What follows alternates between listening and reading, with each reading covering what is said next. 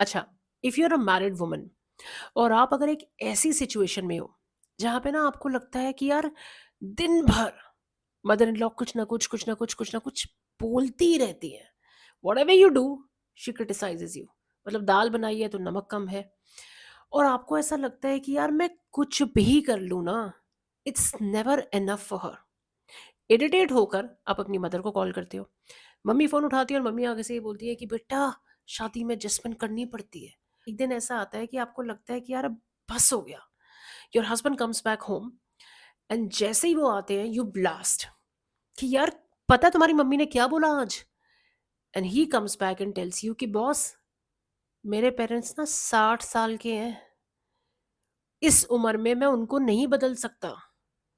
Adjustment तो तुझे ही करनी पड़ेगी। And that's when you feel super lost and confused कि भाई when to say, when to express and when to adjust. If this is your situation, I'm going to talk about how to deal this situation gracefully. Hi guys, I'm Monica Dhawan. Welcome to the channel. आज मैं इस channel के ऊपर मैं बात कर रही हूँ कि हमारी इंडियन शादियों में, इंडियन घरों में एक टर्म होती है इमोशनल इंटेलिजेंस।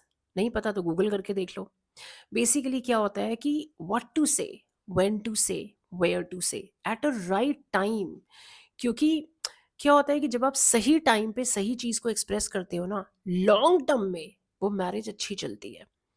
बट हमें वो सिखाया नहीं जाता। अब एडजस्टमेंट वर्ड इतना सुन लेते हैं हम, और बचपन से जो हमें ट्रेनिंग मिलती है ना वो पीपल प्लीज़र बनने की।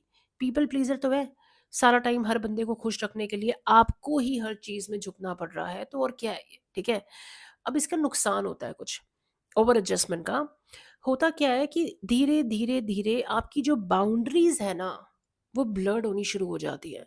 बाउंड्रीज़ का मतलब होता है सबकॉन्शियसली, क्योंकि मैं इस चैनल के ऊपर और अपने सेशंस में भी I talk about human behaviour a lot, dark psychology of human behaviour.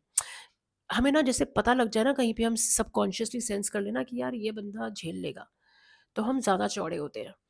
और ठीक उसी तरीके से अगर आप ओवरली नाइस हो, तो मदर इन लॉ एक अथॉरिटी फिगर है, सबकॉन्शियसली सेंस कर सकती है, या हस्बैंड सेंस कर लेगा कि यार ये कुछ नहीं बोलने वाली। So very important for you to understand the power to say no.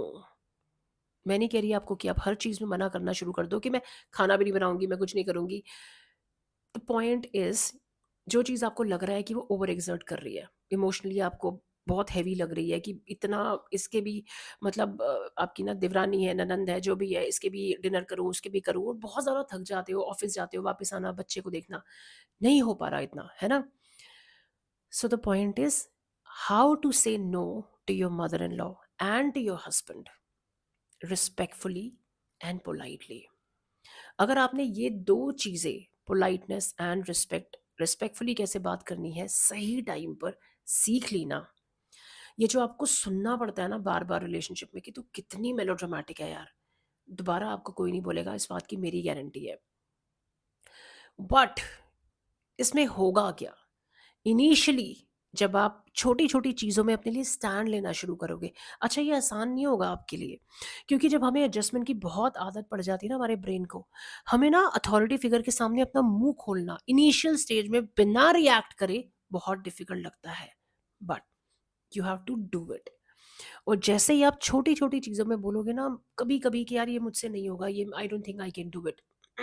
जैसे ही आप मना करना शुरू करोगे, उनका कंफर्ट ज़ोन हिलेगा। हस्बैंड जो है he will be taken aback. Mother in law को भी लगेगा, हस्बैंड को बोलेंगे क्या यार उसने मुझे पलट के जवाब दिया तेरी बहू ने। She will also do it. Don't get scared. It's an initial stage of educating your husband and your mother in law to understand your limits, your boundaries, क्या एक्सेप्टेबल है और क्या एक्सेप्टेबल नहीं है।